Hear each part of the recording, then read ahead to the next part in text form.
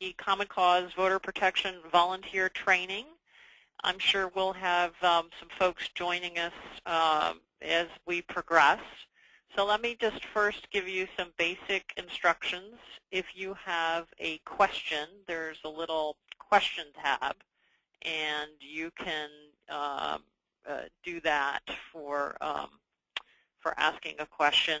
I will unmute folks, and we will have a question session at the end, and I may do that as we go along. So actually, maybe I'll do that right now for a minute, just in case there's something that folks need before we get started. Well, I'm going to have to do it a different way. So never mind. I'll do it in a little while. We are at the, so I'm just going to go through this training. We're doing election protection and common cause this year just in the city of Lawrence. And we're doing that because of published reports of voter irregularities during the primary election. And I'll get into that in a little bit of detail in a minute. But every election, voters nationwide are disenfranchised due to a number of issues. We've dealt with them here in Massachusetts during the presidential election. There's often a lot of confusion over election rules. Poll workers vary widely in their understanding of the law and the application of it. Sometimes there are long lines and occasionally outright acts of intimidation. So during the during the Worcester election last year, we did have some of those latter. I'm not sure whether we're going to see that in Lawrence this fall. But in the primary election, there were voter poll workers that were writing names down on poll worker lists that did not appear there. That's obviously highly illegal. There was a problem with the machine kicking out ballots and poll workers reading the ballots that they cast. That's a problem. There were candidates in the polling area electioneering. That's also a problem. Allegedly, there was a lot of chaos and people not knowing where to go, what to do. Some of that has been addressed by changing the way that the voting area is organized to put more space between the check-in table and the checkout table, and voter observers of that is who you are. So we'll go a little bit into sort of the overview of what we're asking you to do, and then we will get into the details of the law. So the purpose of grassroots voter protection is to help voters and to quickly work to identify problems and to work with election administrators to solve those problems. And then finally to also document and the problems that have occurred. We also can provide voters with information about voting, although that's sort of more often when we have a broader Election Day effort. So on Election Day, we will have both legal and non-legal volunteers. We'll try to collect this picture of what's going on and support voters and solve problems. So you're there as an election protection volunteer, a voter protection volunteer to serve as the eyes and ears of our organization and then to report back to us if there are any problems. These numbers are going to appear many different times, and you're going to get a little card that you can carry with you that has the numbers on them. You also at times can act as a resource for voters, answering some basic questions and then referring them to us if there are particular problems. And we'll get into all of this in much more detail. I know you have a million questions.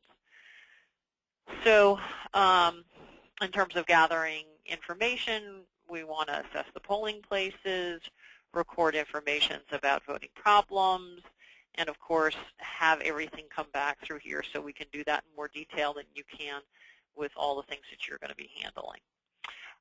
You'll be getting this voter protection volunteer agreement in your email.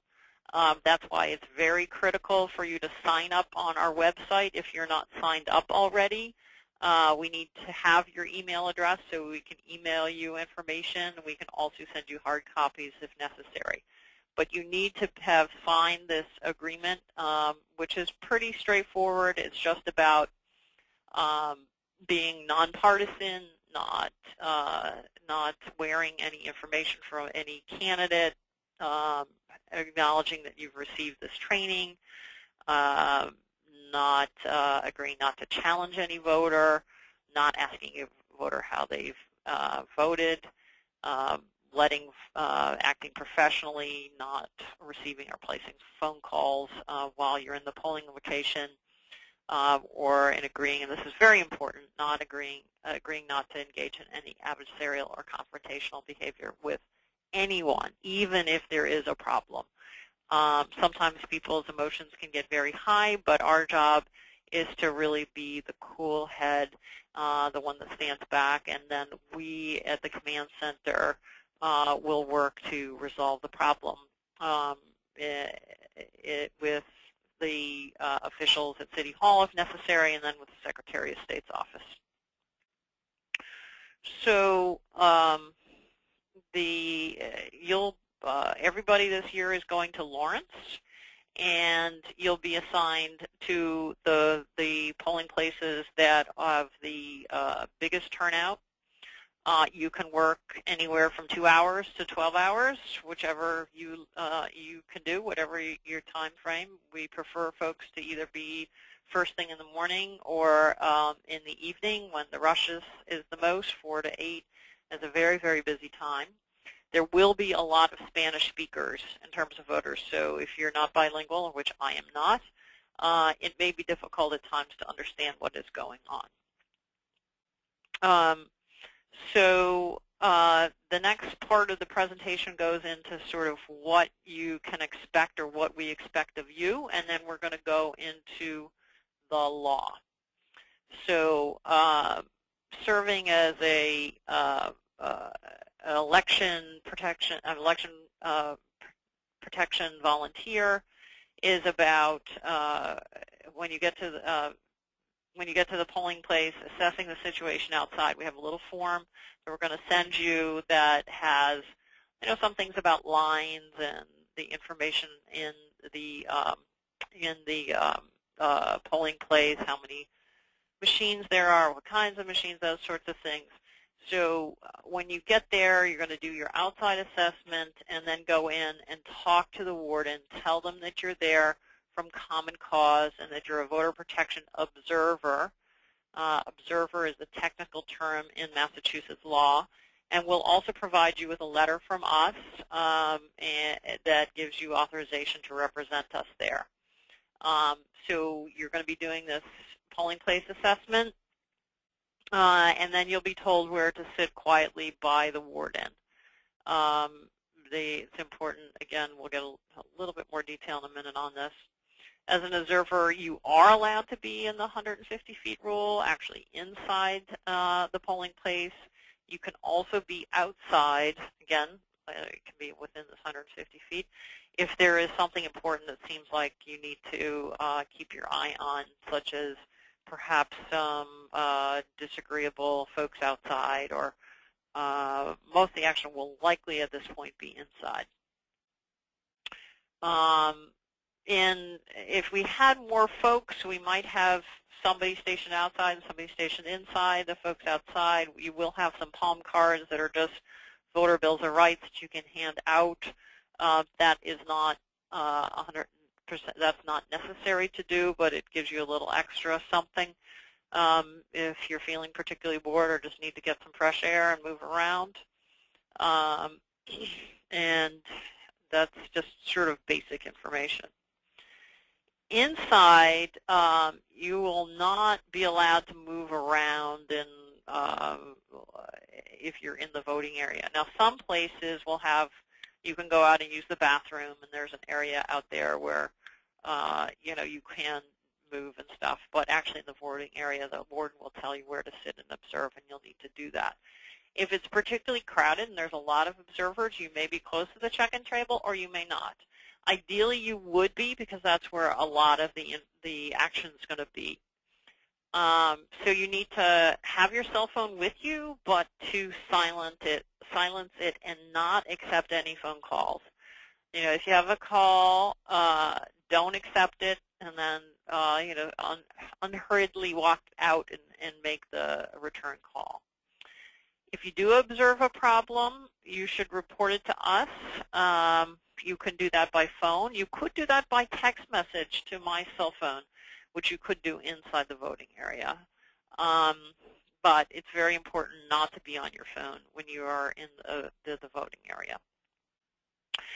If you do see a voter having a problem, you can actually go up to them in the middle of it and you know, butt your head in. You can only deal with a voter outside. After a period of time, you could go to the warden if you've observed, and you should, if you've observed problems, a poll worker not handling something properly. I would ask you first to consult with us, but if it's, you know, you really know what you're doing, and you could also talk to the warden directly. But at all times, the warden's going to be really busy. You may not be able to get their attention. And then we will be the ones that will go to City Hall or to the Secretary of State if there's a problem that cannot be handled locally. Tyler Creighton, who is on the call, is going to be roving around. He's another resource for you. There will be some attorneys that are volunteers, but really the office is going to be your backup and is going to be the one solving most of the problems. So the things you need to have with you are a cell phone. Again, this must be silenced. You'll have a polling place survey, which you need to complete, that does a number of things, including evaluating the accessibility of the location and outlining the things that problems that you've seen, that sort of thing. And then there'll also be just a little contact information sheet that has our phone numbers, and I should add to this a letter from me just saying that you have the right to be there. Now, you don't have to have that letter. It just may be helpful for you if there's questions. So obviously, I know it's important, as I said, to not get into the heat of the matter and to be quiet and unobtrusive and be very respectful of the process, even if others aren't. You cannot take any photos while you're inside the voting location. If somebody has a real problem and really wants you to get it on, you could get the written permission outside to video record them. There was a program for a while that we participated in called Video the Vote. This is a very much more smaller operation we're doing, so I don't expect any of this to happen. But you know, if you have somebody that's absolutely you know, out of their mind, they want to tell your story, you could conceivably do this with written permission outside of the polling place. So if you have again, a problem, you see something, let's discuss it by calling here in the office. Please stay in touch. If there's any problems in your location, let us know so we can get a snapshot of what's actually going on. We won't have a lot of folks here in the office, so it is possible that we may not be able to get to your call immediately. We will have Peter Sturgis and I. Peter is our board chair and was an election commissioner and also has done election protection or voter protection for many years in Florida, and is very well aware of our procedures here in Massachusetts as well.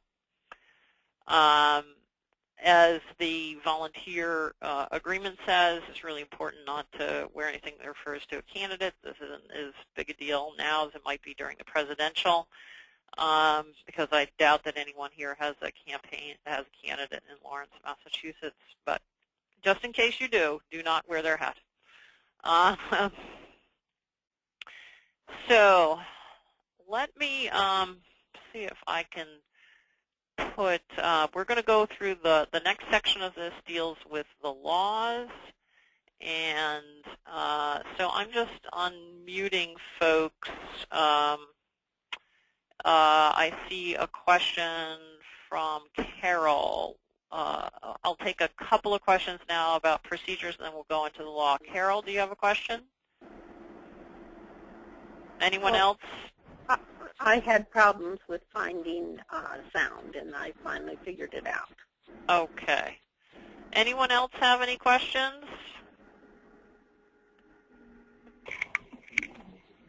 All right. So I think the thing that you're going to have most questions about are when we get to the law part. So let me go ahead and do that unless anybody else has any questions right now. I have, okay. So I'm going to put everybody back on mute so you don't have background noise, and then we'll go through the legal portion of it, and then I'll open it back up again.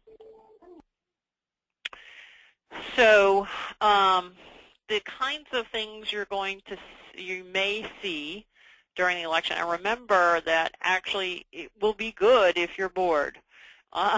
Being bored is not the end of the world. It actually means that things are going well. If things are really hopping, you know, it can be exciting, but it means that things are going wrong. You will see people who think they're registered and they're not, who don't appear on the voting rolls. You'll see folks potentially who thought they had an absentee ballot and didn't. Potentially some voter identification issues, people that don't have proper ID, and we'll get into the details later of what you need. You may see some voter challenges or intimidation coming from a campaign or from an outside group. There has been a local True the Vote affiliate that has been active in Worcester area, and I doubt that will happen in Lawrence, but it could. Provisional voting, provisional balloting is always an issue. Provisional ballots are not always offered when they should be, or offered in place of challenge ballots. Assistance at the polling place, who voters can have or not have with them. Election equipment and ballots are often an issue. Communities running out of ballots when they shouldn't. Equipment not working. And then, of course, poll workers who are not really doing their job and are doing some crazy things, like we had in the presidential, and there were ballot questions. We had a poll worker in one community that was telling the voters, just vote no on everything. Hi, here's your ballot, just vote no. Obviously, completely inappropriate. So, come on. So, voter registration. Sometimes a voter's name will not be on the voter roll, and it could be a clerical error that they're not there, or it could be that the voter didn't register. It could be that the voter is registered at a different address in a different polling place. Redistricting has meant that some voters have moved to different areas. Most of that was ironed out in the last election, but there still can be a lot of confusion over that. If a voter didn't register before October 16th, they cannot vote on November 5th, and that's for first-time or out-of-state registrations. In general, you can vote in Massachusetts if you're a U.S. citizen, a resident of Massachusetts, and in this case, the city of Lawrence. You're 18 years old on election day, and you've not been incarcerated, under guardianship, or convicted of voter fraud. Often you'll have somebody that has moved, and that is part of the reason why they are confused. If somebody has moved within Massachusetts and they have not re-registered, they need to vote at their old address. And a lot of times this is confusing because they don't remember whether they re-registered or not.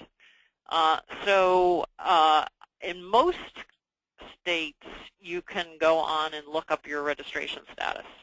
41 states you can do that. In Massachusetts, you cannot. We're working to get access to a private program where we could look that up in the office. It's not clear whether we're going to have that ability or not. You can, in the Secretary's website, plug in an address to see where that address would vote, but you don't know whether that person votes there.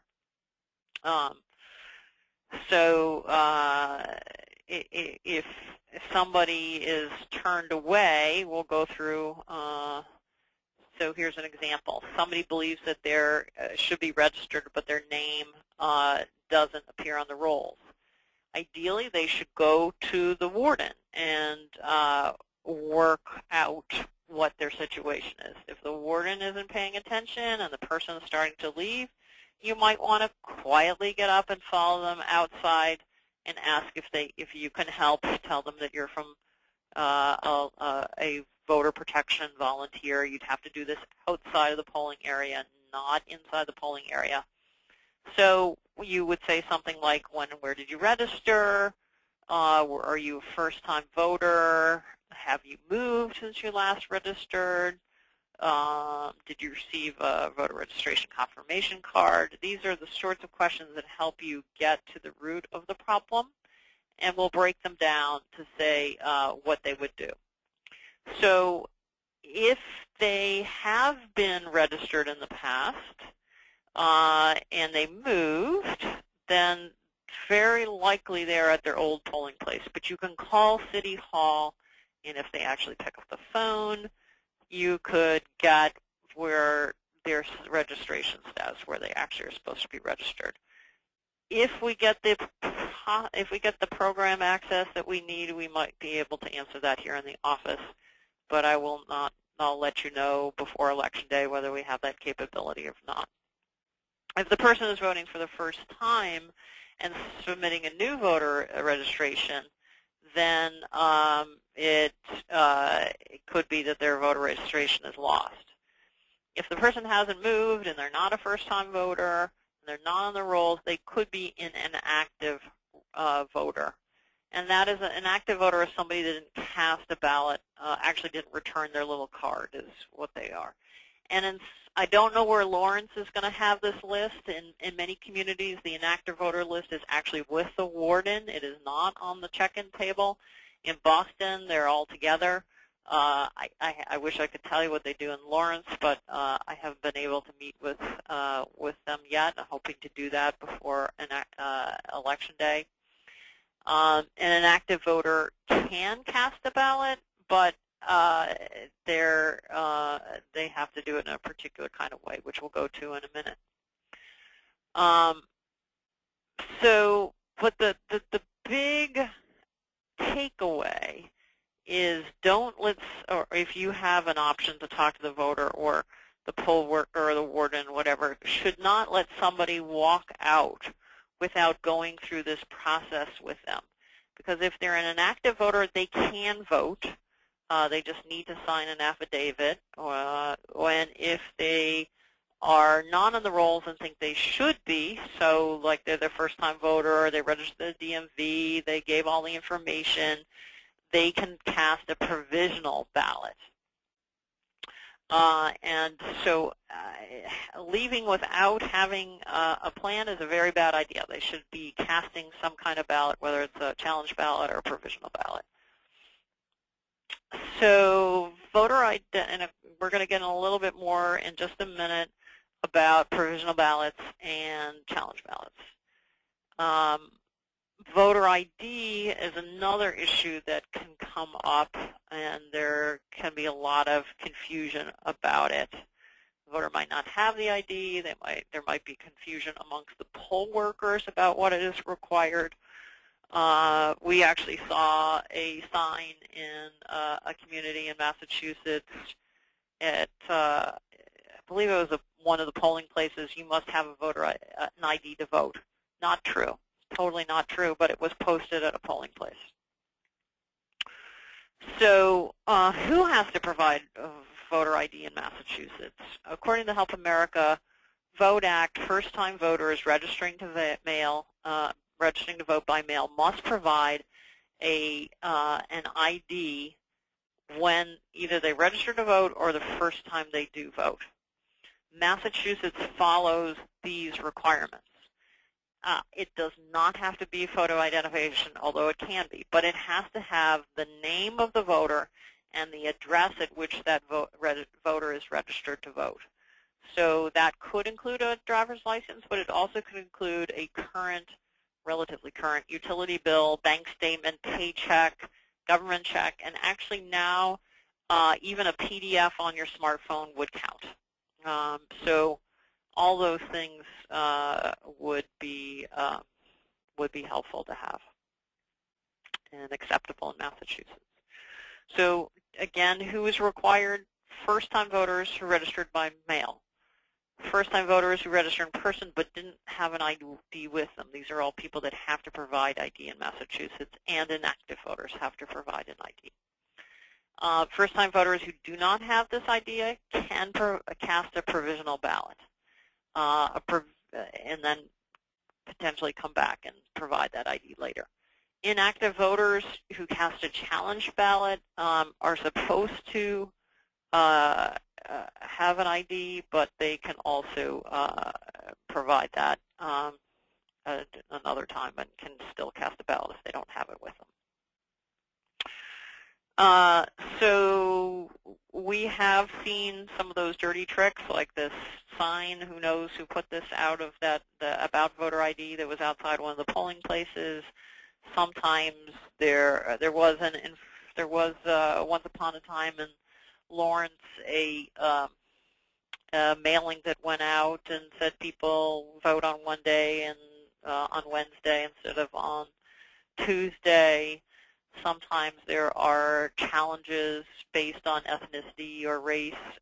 We saw that again in Worcester at one point. Sometimes there's intimidation. Maybe that's the candidate there leering over and looming over people, sort of generally intimidating them. So all these things are very important, obviously, to report. So you will probably see a few challenges.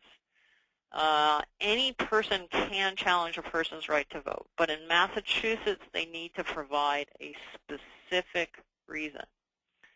Now, a voter that has been challenged actually can cast a regular ballot. They just have to sign an oath that they are entitled to vote, and then that ballot actually counts unless the allegations against them are proven. So the burden of proof is on the challenger.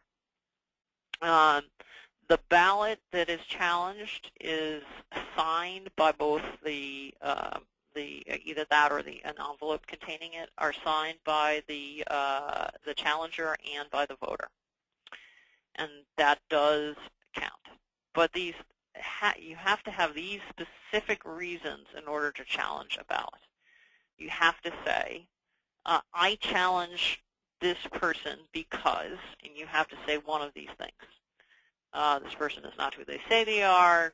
They do not live where they say they live. They're not registered in this district. They're not qualified to vote by an absentee ballot. You wouldn't see that, i.e. they actually were here.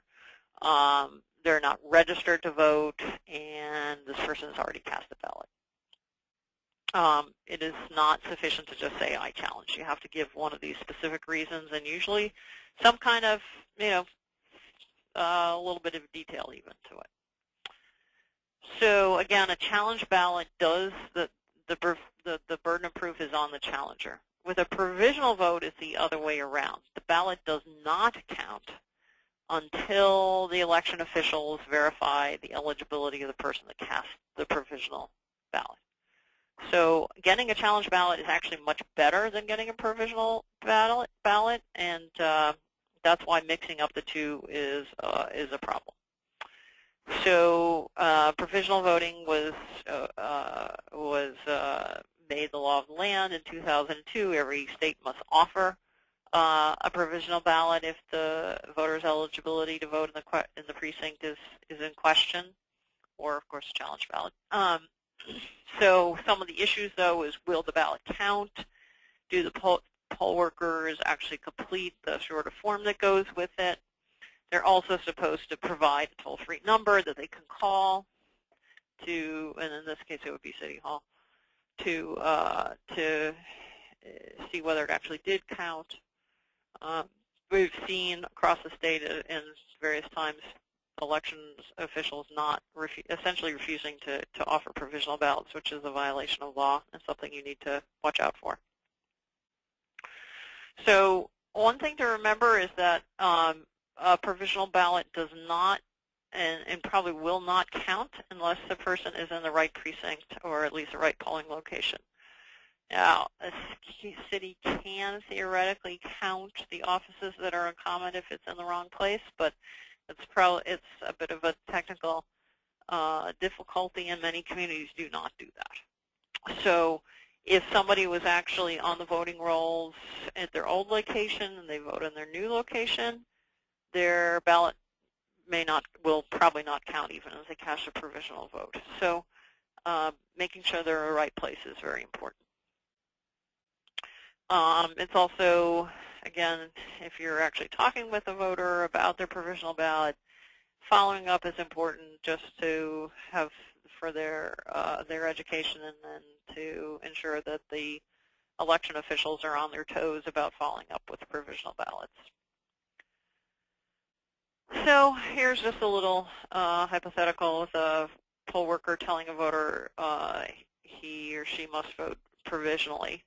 The voter believes that they should get a regular ballot, and you have, again, you've got the option that they've been turned away, they're going out, you follow them, and what do you do? So ideally you would verify the information about where the person is registered by calling the Lawrence Elections Division if you can get through. If you can't get through, and we have the ability to go through the private vendor, we might be able to look that information up for you. But as I said, I'm not sure we're going to be able to do that yet. You've also gone through some of this other stuff with them about where they registered to vote before, did they move, et cetera, and gotten their sort of lay of the land. You should encourage them to vote provisionally as opposed to having them leave and not go anywhere else. As we also did in the previous hypo, if they had been registered at this location before, you'd make sure the poll worker had already checked the inactive voting list, as well as the regular voting list.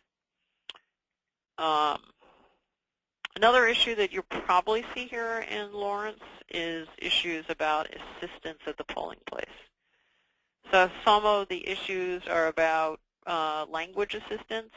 Many of the voters in Lawrence are going to be Spanish-speaking, and there needs to be translation of all the written materials in addition to the bilingual ballot. Poll workers should also be bilingual. We've had trouble in other cities where there was only one bilingual poll worker, and that was the warden, and they were really busy and couldn't talk to anybody. And so there were a lot of voters that were just left hanging. A voter can actually bring somebody to assist them with language or with accessibility or with whatever they want, but that needs to be a person of their choice. So there has been problems in the past with poll workers saying, no, you cannot bring your granddaughter in here. Only we can help you with that. Not true. It is their choice. We've also had problems with somebody who wasn't a poll worker saying, I'm the person that's helping people in this poll. Go away. And foisting themselves. You need help with that, don't you? That is also a problem. All of those things need to be reported, and we will work with the warden in the city to resolve them.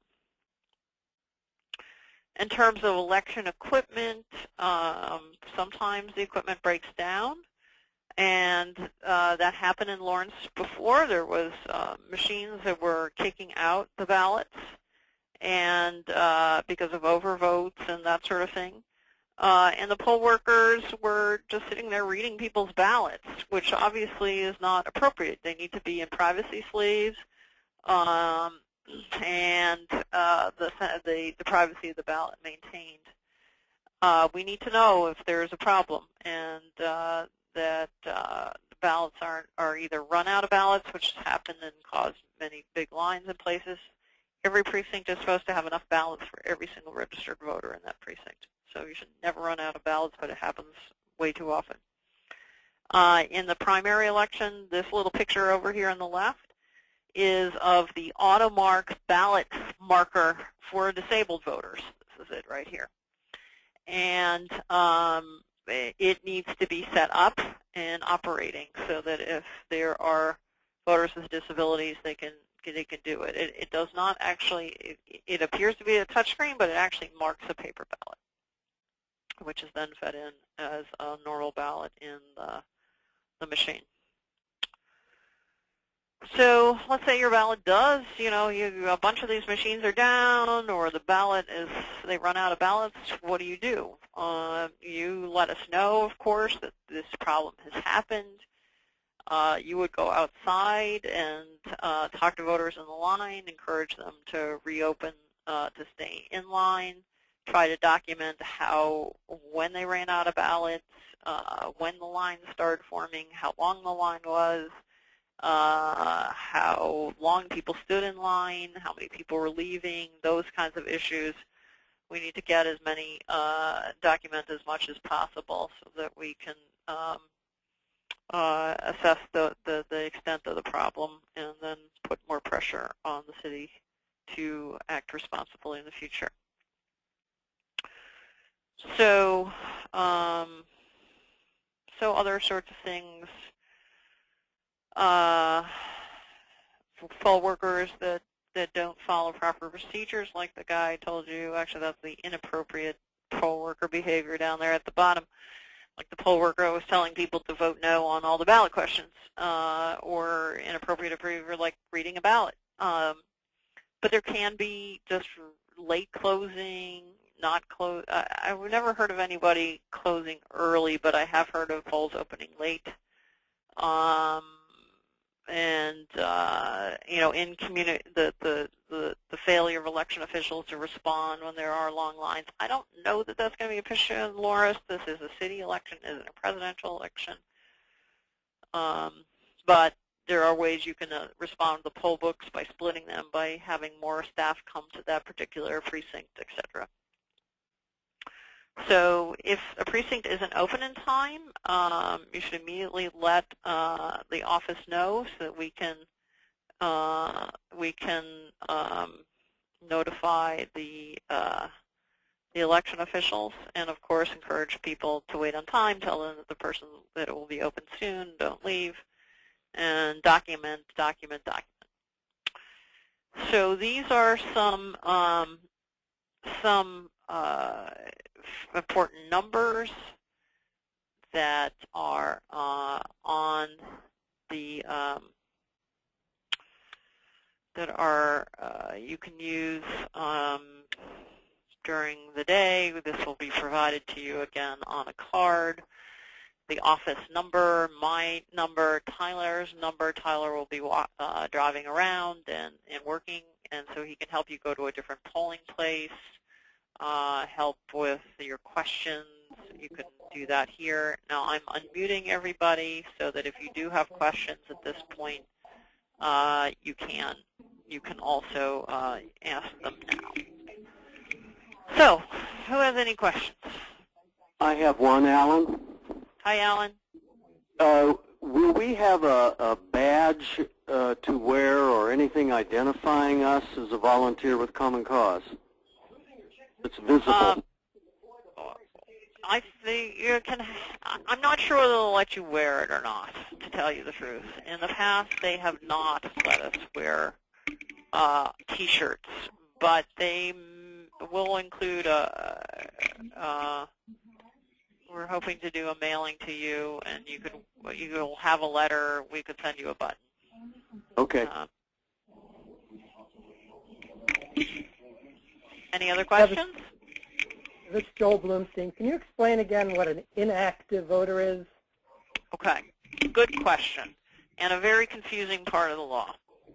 So under Massachusetts law, an inactive voter is someone who has not returned that little card that the city or town sends you for the census. And under state law, you're supposed to become an inactive voter even if you voted a lot of different times.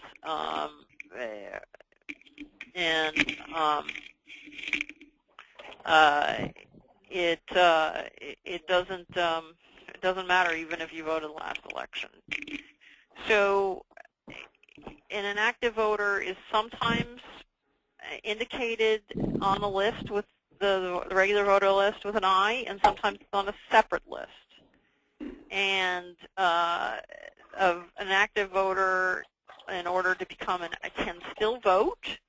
They're still a qualified voter. They just have to sign. Whoever's making a lot of noise, can you not do that? We're unmuted now. So everybody's not unmuted. If you need to mute yourself, you can press *6, and you should be able to be muted that way. So the inactive voter signs this affidavit, provides an ID that they are who they say they are, and then they vote. They can sign the affidavit and not provide the ID as well, and then they will be then their ballot will be challenged. That will be signed by the poll worker. But their ballot counts. It isn't not count. It does count. It just means that there's some additional paperwork that they have to go through. The thing that's tricky about it is that they may be on a separate list. And I have had problems even in suburbs where the poll worker, particularly in the morning when they don't know what they're doing, has turned people away who are actually on the inactive list. So that's just something to be aware of. Does that answer your question? Is it any clearer? I think so, yeah. So they get on the inactive list by not having returned you said a census card? Yeah, the little card that everybody got saying, are you registered on this? Is this your correct address? It's for the annual street listing census thing that also is used for the jury list. It's for the voting list and for the jury list. And that's how you get on it. Okay. Now, obviously you could also potentially have sent it in and it got lost in the mail, or, it got dropped behind the counter, or, whoever. Who knows? So. I'm curious on what were some of the past problems up there that we need to particularly look for. Well, the things that happened in the primary were candidates electioneering and intimidating voters. So I think people know that there is a big controversy in the city with a mayor who is not following the law in terms of campaign finance regulations and is under investigation for corruption by the feds and has had many minions go to jail. And so there's a lot of controversy over his activities. City council president is the other candidate. I had reports of both of them in the polling place or standing over voters and making them feel intimidated. That's one thing. Long lines is another. Poll workers who are adding names to the list of registered voters, obviously not something that is legal in any way, but that did happen during the primary election, something that you'll need to be aware of. So they were penciling them in or something? Yep. Mm-hmm. Okay. They were. And then there were poll workers that were reading people's ballots, which obviously is also is a big problem, and that could also be around this. You know, we want to make sure that there's no systemic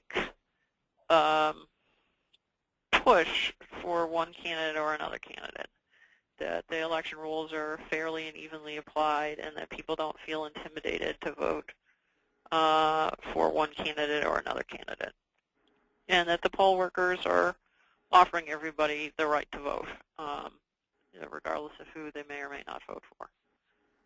So, if we see any of these problems, but we don't speak up at the time, we don't talk to the people involved. No, you would make a call to us, and then we would coach you to go to the warden of the precinct. That's what you do first. That's also the first thing you do, is to introduce yourself after you kind of get the look around, see what's going on outside, and maybe take a quick look around inside. But you introduce yourself to the warden, and the warden tells you what to do, where to sit. You follow their instructions, and he or she, the warden, is the person that's in charge of the voting place, and they're the ones that are the first stop to solving problems. If they can't or won't solve the problem, that's when we have to kick it up to City Hall or to the Secretary of State's office, but not directly with the poll worker. You never correct a poll worker, never even talk to a poll worker. It would be the first talking to us and then going to the warden. Okay. Pam? If we're at the Let's just follow up. Somebody, you were just talking, so why don't you just follow, if you have one more follow-up, and then whoever else was trying to get in comes second. Okay. If I'm at the closing time at the polls, are we involved with monitoring ballot disposition or tape generation or any of that? You can be. You can stay and watch that process along with the candidates. You're certainly able to do that. I've never heard of real issues there, but there could be, theoretically, particularly in this situation. Believe it or not, I think that the mayor will, all the polls and things seem to indicate that he's going to win handily. So there may not need to be any issues with that, but that would be nice if you could stay to monitor that. Okay. All right. I heard another question coming in. Yeah. Can you hear me? Okay. Yes, I can. Yep. Okay. This is Lang. It seems as if a lot of the examples that you've given for what could possibly be going wrong, I can imagine that it would be hard to detect unless you're kind of breathing down the poll worker's neck, standing right there at the table, because some of it is paperwork. And I can see where, apart from the obvious disagreements of, whether through language barriers or people not having registered to vote or something like that, that might, let's say, incur a disagreement, a discussion or something. It seems as if a lot of this stuff would be a little difficult to sense, What? It just looks like it's kind of subtle stuff sometimes. How can you tell if... Well, you should be positioned in a place where you actually can see a lot of this. So it is true, though, if everybody's speaking in Spanish and you don't speak Spanish, you may not know what's going on. So that's just the way it is. I mean, it would be great if everybody was bilingual, but we're not. So we're going to do the best that we can. But in terms of, the way that the check-in process works is the person comes in, they say their name loudly, the poll worker is supposed to repeat their name. Once they find it, they check it off. And then if they're, writing, they might be saying, their name's not here, let me write it down. Typically it isn't that subtle. These were things that were picked up by a Secretary of State observer. so who are following much of the same kind of procedures that you are. Now, they may know the law a little bit more intimately than you do, but they still were able to pick these things up in a way that the election workers, were acting in such a way that they could and weren't hiding them. So are we going to pick up absolutely everything? Probably not. No, we can't.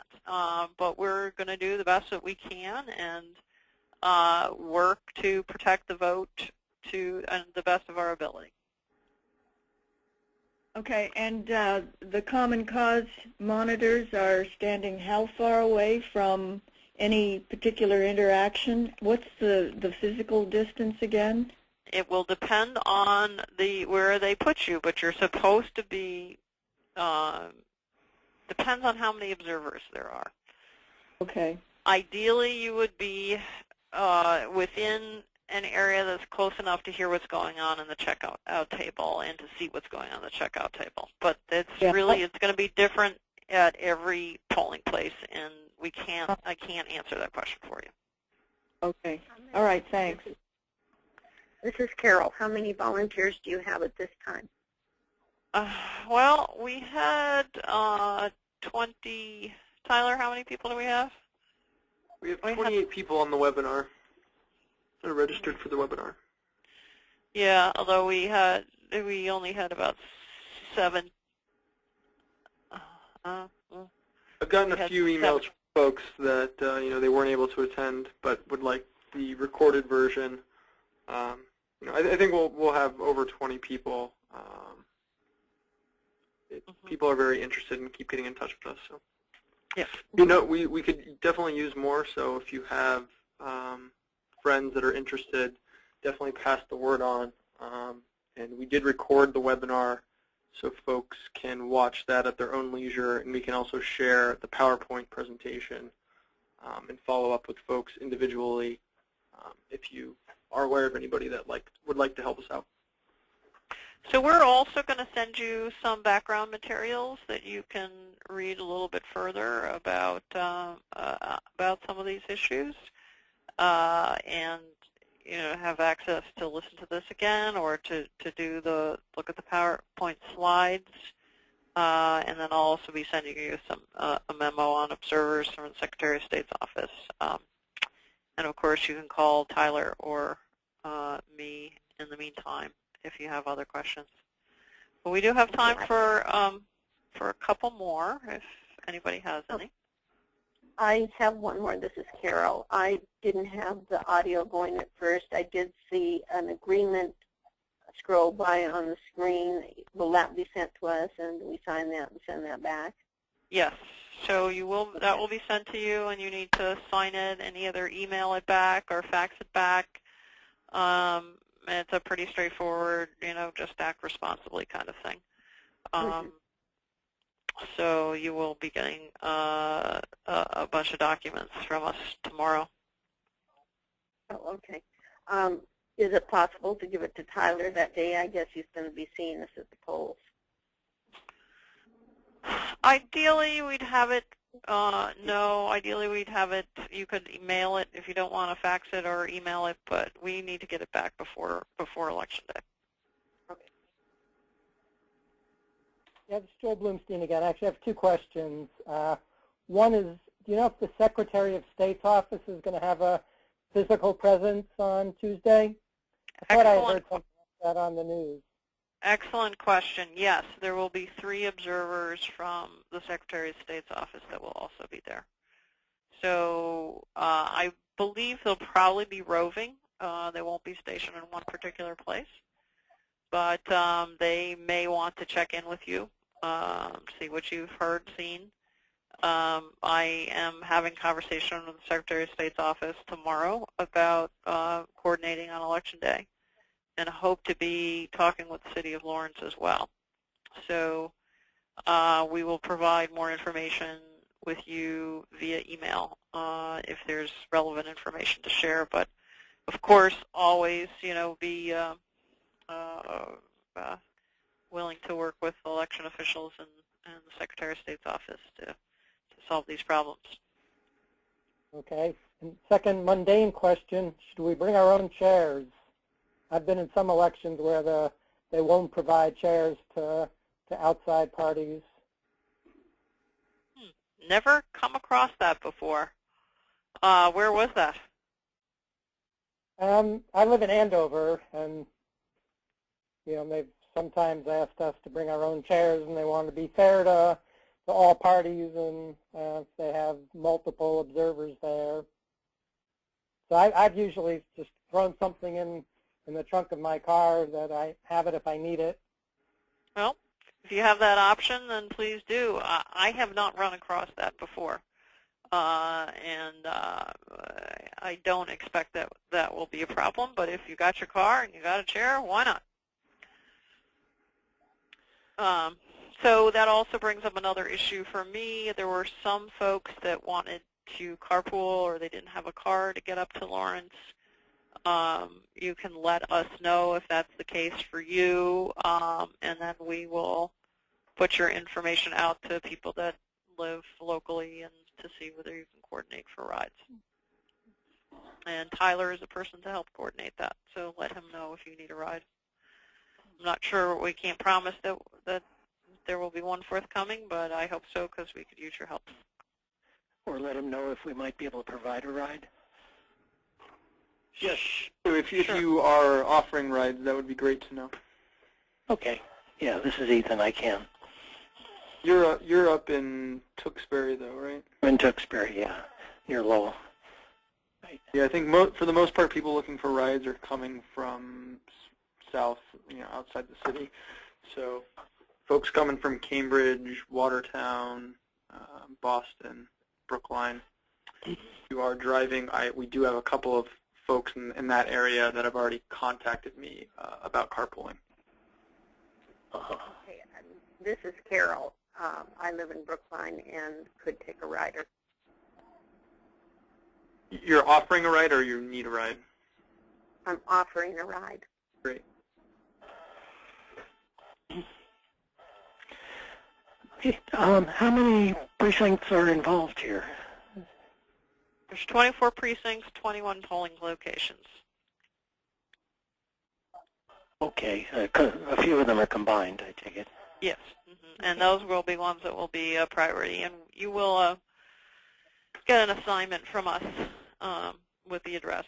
And okay. So I've been in situations where combined precincts led to problems with people's ballots getting disqualified because they put them in the wrong box.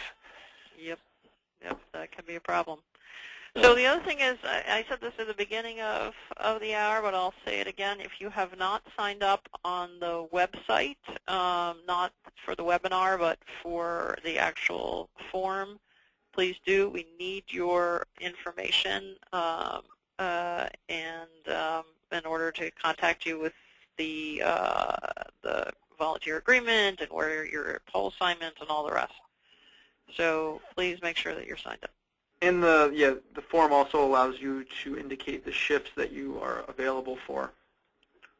So please make sure to include that when you submit the web form from the Common Cause website. Any other questions? Is that form different than the one we used to register for this webinar? No. The form is on the Common Cause website, and you should have gotten it through the email. Okay. Any other questions?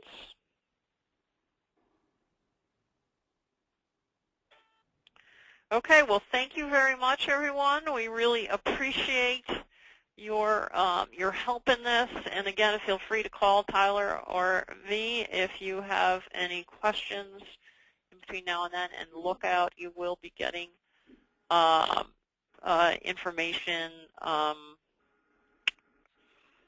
information from us during the next day or two. Thanks again. Tyler, do you have anything else you want to say? Nope, all set. Thank you, everybody. Thank you. Take care.